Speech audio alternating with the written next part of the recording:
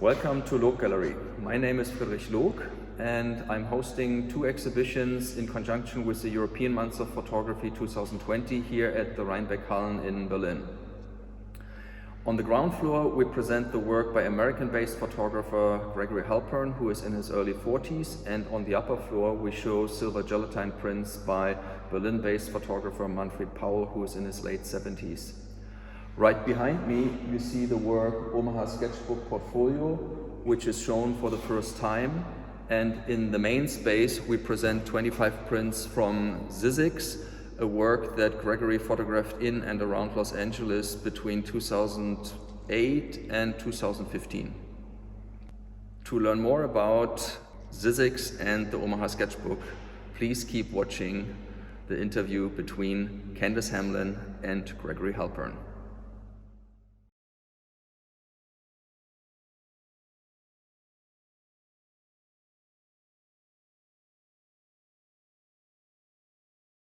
Gregory, thank you for taking the time to talk with me today. How are you? I'm good. I'm talking into a computer, but I feel like kind of like we're having a conversation, so that's good. Yeah. So why don't we just jump right in? And I want to ask you my first question, and that relates to your time at Harvard. So you studied literature and history, and then you pursued an MFA in California. And I wanted to know a little bit more about this transition and why you switched disciplines.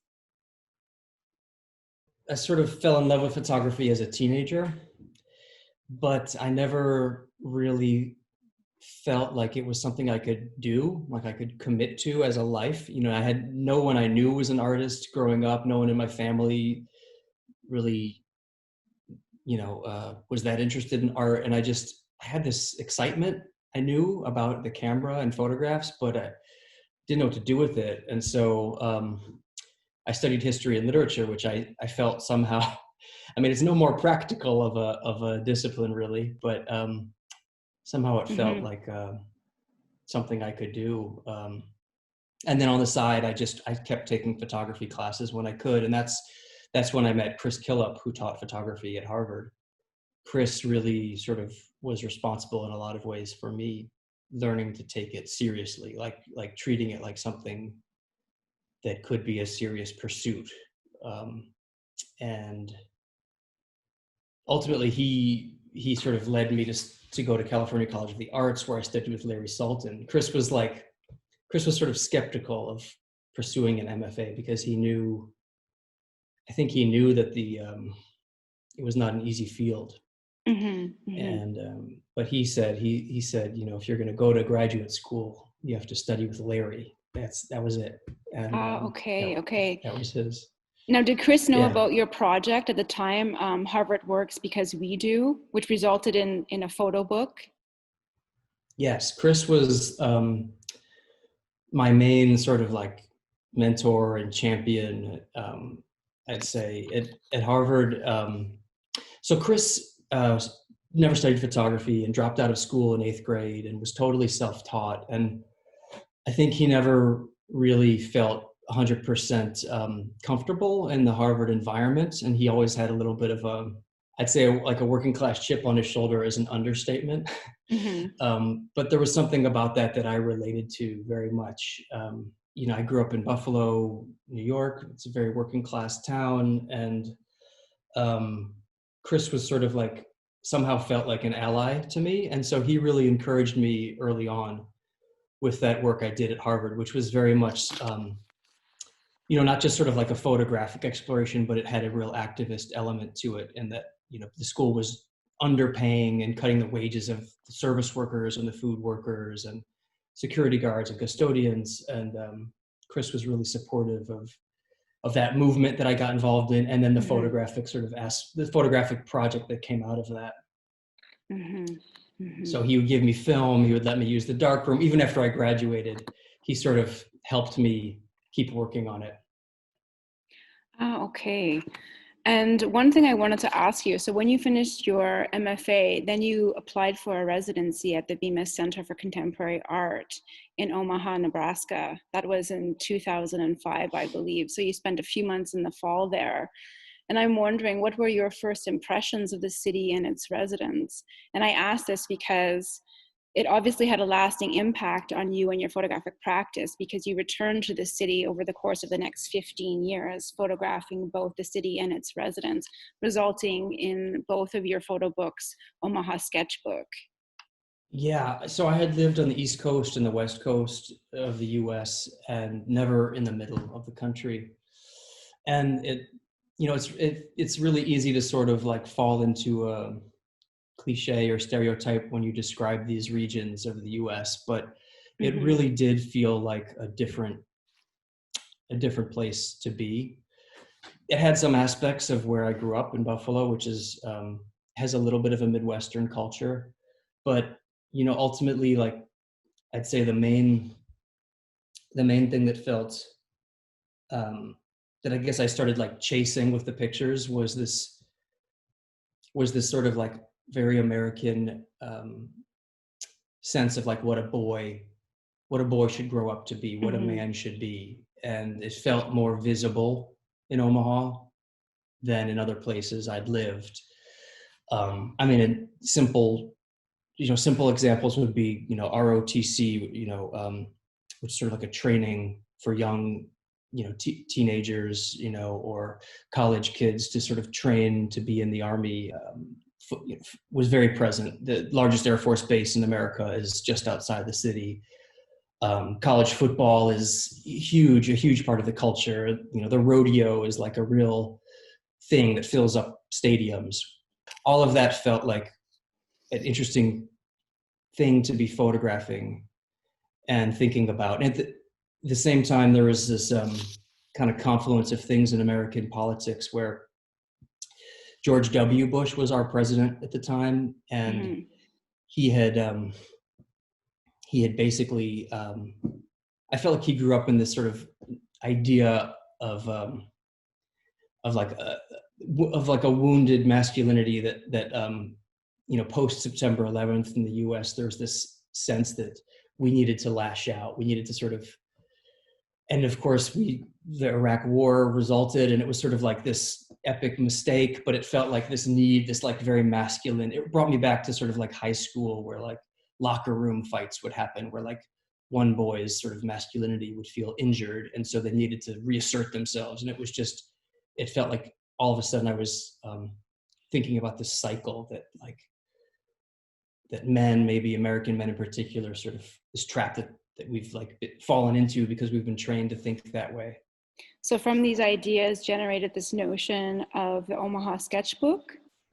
Yeah, I mean, I didn't know it at the time. Like in retrospect, I feel like the words come to me more easily, but at the time it was like fumbling through Omaha, wandering, looking, just photographing it very intuitively.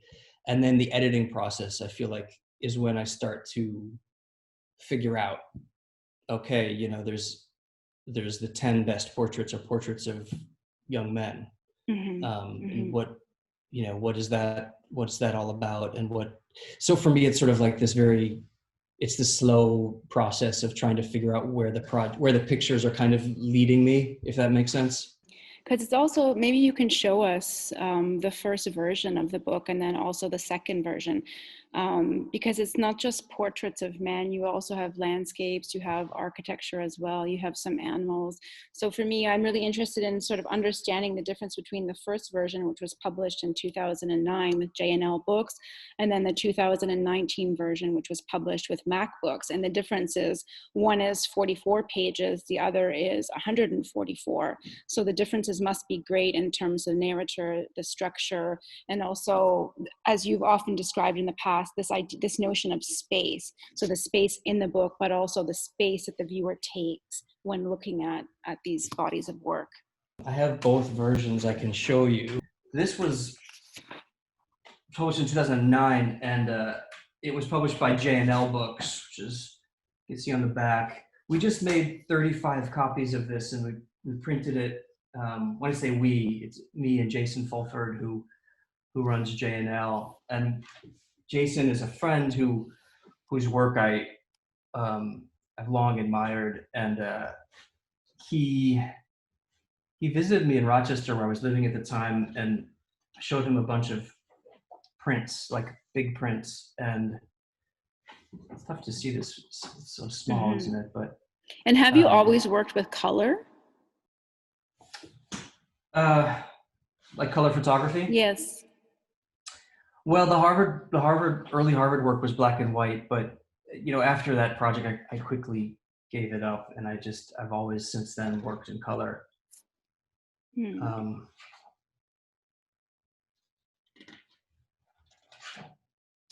But I remember when Jason visited me, I showed him this work, and the New York Art Book Fair was like a month away, and we decided just to make this handmade book on a color laser printer, and we spiral bound it, and he let her press the cover. And where did the idea come from then to put the contact photographs on construction paper, on colored paper? Well, yeah, the project really began like when I found this paper. I was working on I was making trying to make a contact sheet book, and I remember going to the art store, and there was this like acid-free white paper, and it was really expensive, and I had like just gotten out of grad school, and something about like putting the pictures on white felt it's weird, somehow intimidated me. It felt like it was going to finish the project in a way, and I knew it was like this work in progress still. So somewhere along the way, I decided to try putting the contact sheets on this paper that I found, and it was this beautiful paper. So it like fades. Depending on if it gets light, it'll fade. And something about the paper, I mean, it was really like in a very intuitive thing where at first the color was just a way to like encourage me to be playful. And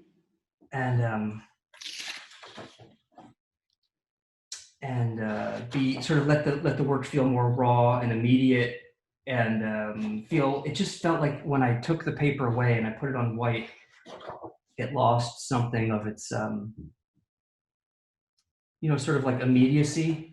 Yes. And I really liked seeing the multiple versions of the different images, like like putting multiple contact sheets on the paper was like, so something just happened with the color in terms of that like playfulness. I remember in school feeling like I never had the words for my work, and I couldn't, like, the spirit of play was really hard to pull off in school because you kind of have to always be able to explain what you're doing. And then something about the paper let me feel like it was okay to sort of let the sort of visual intuition drive the work. And that, it's not like I wasn't thinking about editing really, really, really obsessively. Like I tend to spend a lot of time editing, like as much time editing as I do shooting. But like the color was just sort of like this immediate reminder that well, I think color is so important for your work, not only the Omaha Sketchbook, but also Zizzix. But coming back to this notion of the book, I wanted to ask you why you chose this genre, the photo book, to present your work. I just always have loved books. It's there's something that happens, like, I think when you're like alone with an artist's vision, something about that like direct conversation, I guess, that can happen, where it's like you and the artist's vision, and you can be alone. I remember I was a kid in high school. My dad brought home this book, Triptychs. Triptychs, yes. Yes, let's have a look at the triptychs, because I think it's really important, like the way one experiences your work in a book versus in a gallery space, and how the narrative changes and the sequencing changes, and also time and space differs when you are holding a book versus standing in front of a work of art. For me, at least, there is a different kind of experience. Yeah, I totally agree. I mean, I remember I was a teenager and my dad brought this book home by a guy named Milton Rogovan who lived in Buffalo where we lived. And he visited people over the years. So this is 1974, 2 grandparents with their grandchild. And then in 1986, you see the grandfather has passed away. And then in 1992, you see this little baby. He's turned into this sort of linebacker of a man. And it's just, the book is just full of these like beautiful but kind of quiet moments. This is another one. It's a father and his son in 72. And then in 1984, you don't know where the father's gone. In 92, you see the boy has a daughter of his own. And I remember seeing this book and just, I broke down crying. I had never, you know, as I had mentioned, art was not really a big part of my life. And so when that happened, I had this feeling that that art had moved me in a way that I had never been moved before. And part of it was the photographs, and part of it was being alone with the book. You know, it was like late at night, and I remember no one in the house else was awake, and it was just me and these pictures.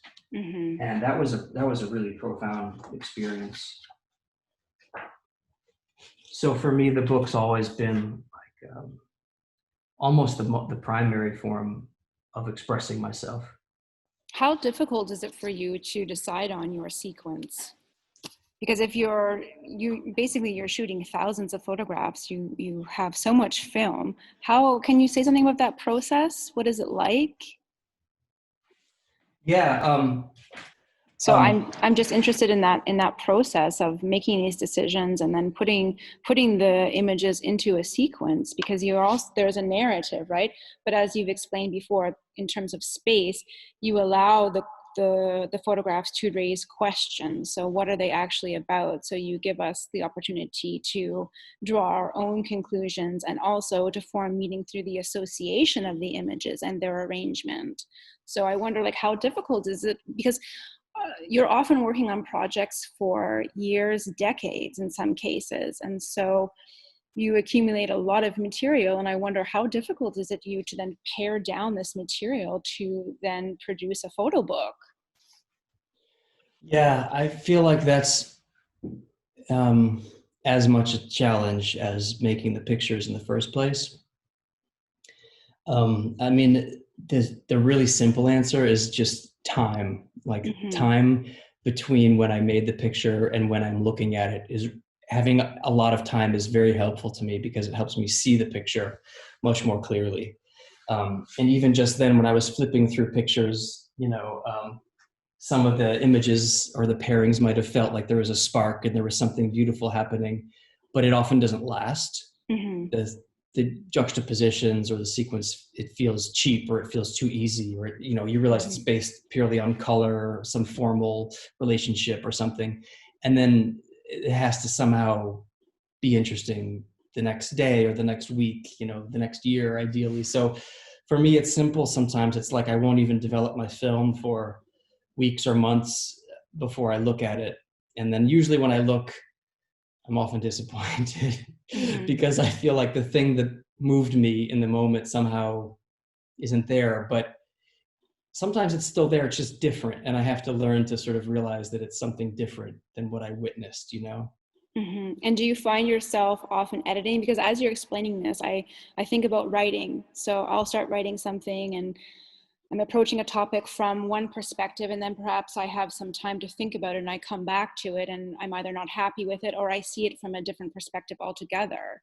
You know, so I wonder if that happens when you start putting the images together and then you take some time and space away from the project and then come back to it. Does it then change for you? Or do you change the body of work?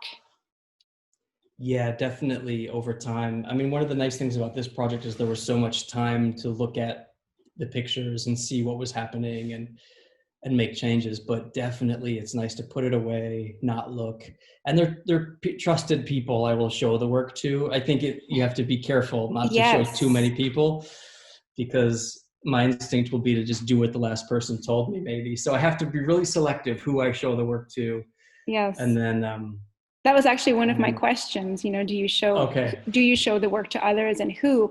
And then another thing I wanted to ask you too is like, what is your relationship to your subjects? And do you ever show your photographs to them? Sometimes I will. I mean, with Instagram, for example, it's much easier for people to sort of see your work and to follow up. And it's a nice way to be able to connect with people when you're photographing. So you can, it's much easier to stay in touch now. But, I worry sometimes, like showing people the work that I feel like with portraiture, there's often this tricky thing where a person wants to present a certain aspect of themselves, right?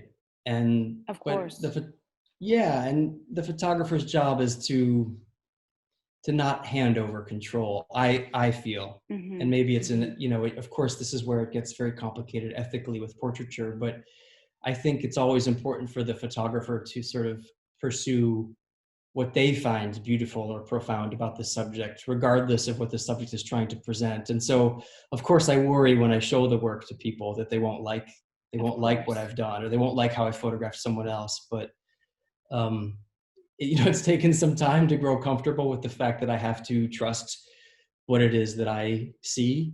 But I think that's always important. Are you comfortable working on various projects at the same time? Because there's a lot of overlap with Omaha Sketchbook, and then you traveled, I guess, back to California and started photographing Los Angeles. I think that was 2008. So you started photographing Los Angeles for Zizzix. So yeah, I feel like it's hard. I can't really do more than one thing at once. So I put Omaha on hold. I went back occasionally, but it was rare. There was like a big long pause where my interest really shifted towards California. And then I started to swing back. My interest just came back towards Omaha, but I do tend to like just obsessively do one thing or work on one place at a time. I find that somehow easier. So just one last question about Omaha Sketchbook before then we start talking more about the Zizzix. Why the second book?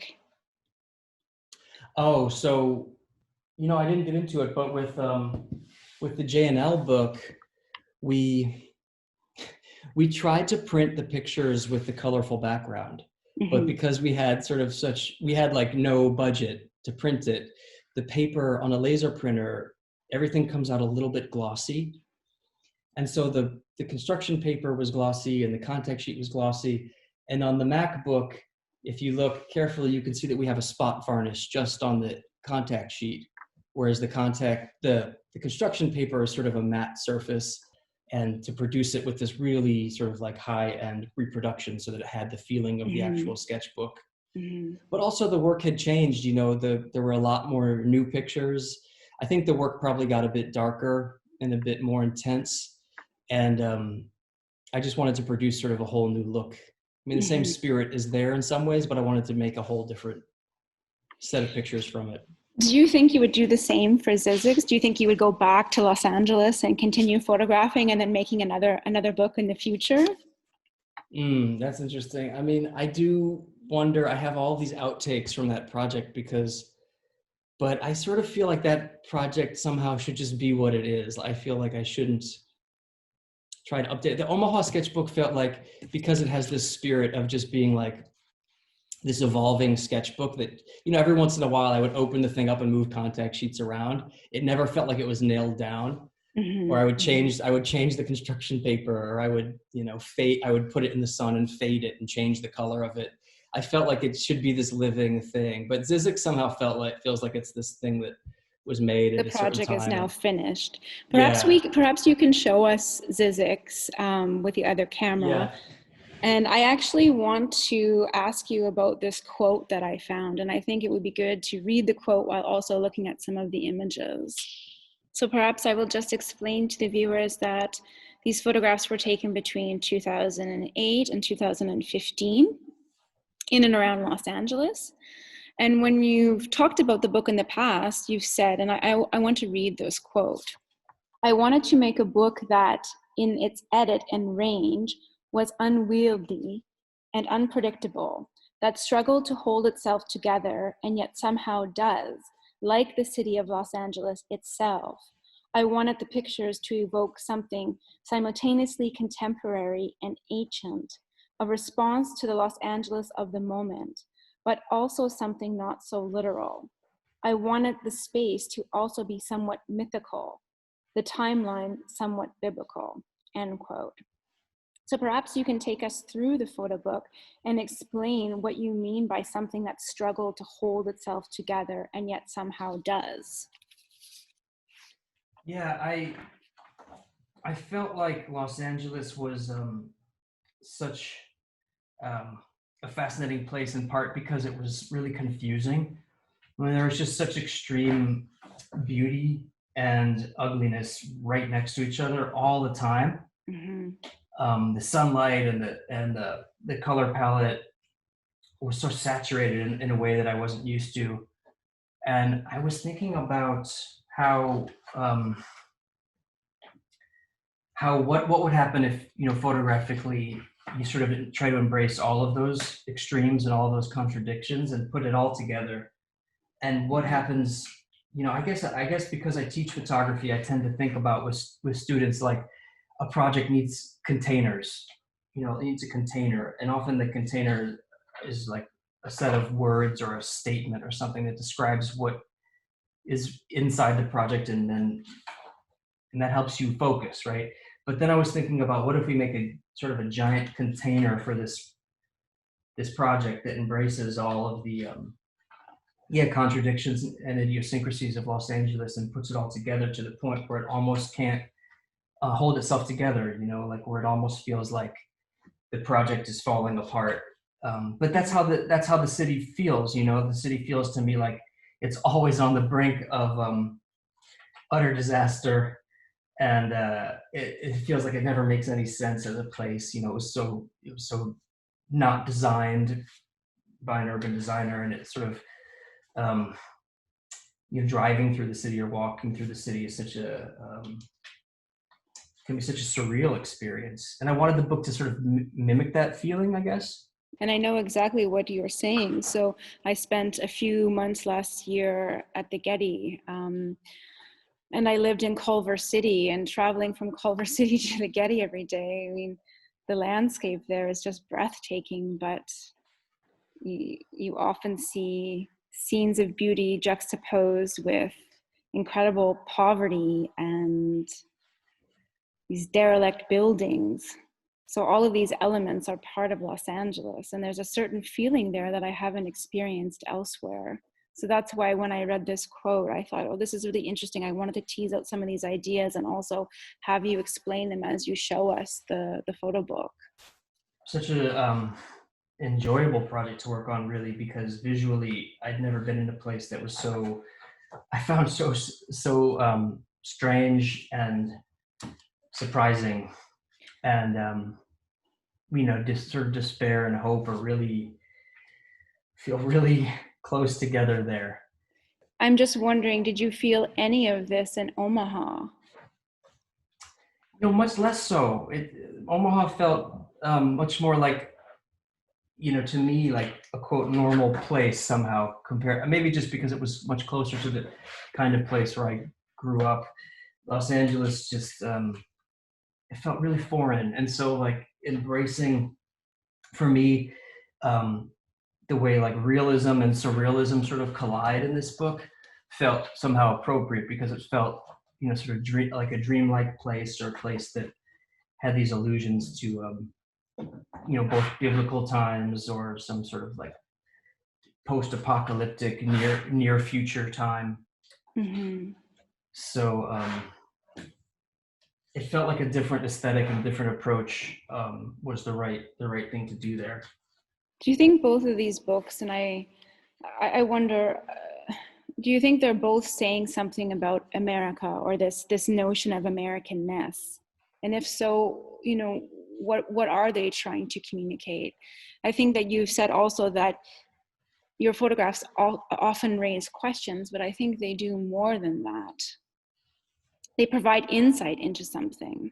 Yeah, that's a good question, and it's a difficult question, and I don't want to put you on the spot, because I don't think a body of work can really fully encompass or explain this notion of Americanness, but I certainly think that it does touch on it. And I say that coming from Canada, and studying and doing my PhD in the Midwest, and then also spending some time in California as a fellow at the Getty Research Institute. And there is a feeling there that I haven't necessarily experienced in Canada, and also now living in Europe. And so I feel a bit of this when I look at your photographs.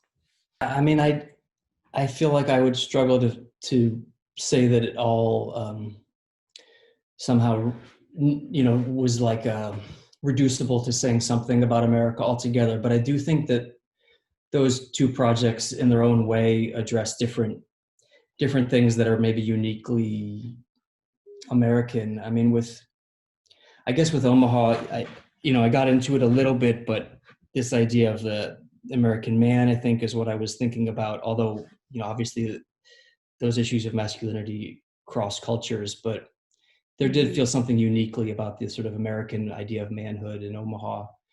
The Zizzix, it did feel maybe like metaphorical for the nation itself, in the sense that I was really thinking about, America being this sort of place that's almost like willed from the imagination, a new nation. And Zizzix, the title of the book came from this town, Zizzix, which was basically willed into existence by a man named Curtis Housespringer, who just sort of squatted on the land and named it Zizzix. And now it's on the map.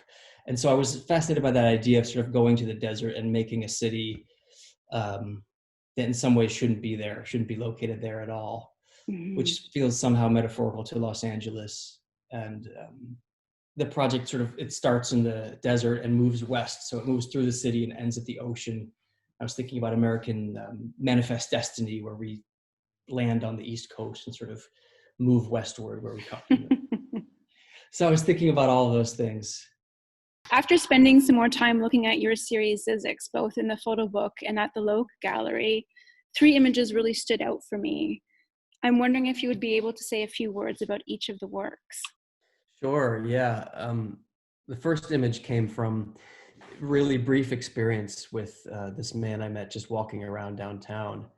And I still know next to nothing about him. It was, often when photographing, you have these intense, really brief experiences. And I think I took 2 frames and he walked away. And after I took the picture, though, I learned that in Revelation, in the final book of the New Testament, the prophet John encounters Jesus, who had 7 stars in his hand. And I was really fascinated to learn that, because Revelation is all about the end of the world, and for me, being in Los Angeles, the end of the world always felt a bit closer to reality than it does in other places. The woman in white is an amazing person named Dolly, and she's actually an actor who often walks around Los Angeles, and she's often dressed to the nines, walking around. And I think because of her outfits, she'll often get roles in television or film. And after I met her this first time, I sort of stopped her and begged her for a few minutes. She was also rushing, and the picture was taken and she left. But I started to bump into her again walking around downtown, and she always looked amazing, and I always asked her for a photograph, but this was the best by far of all the times I photographed her.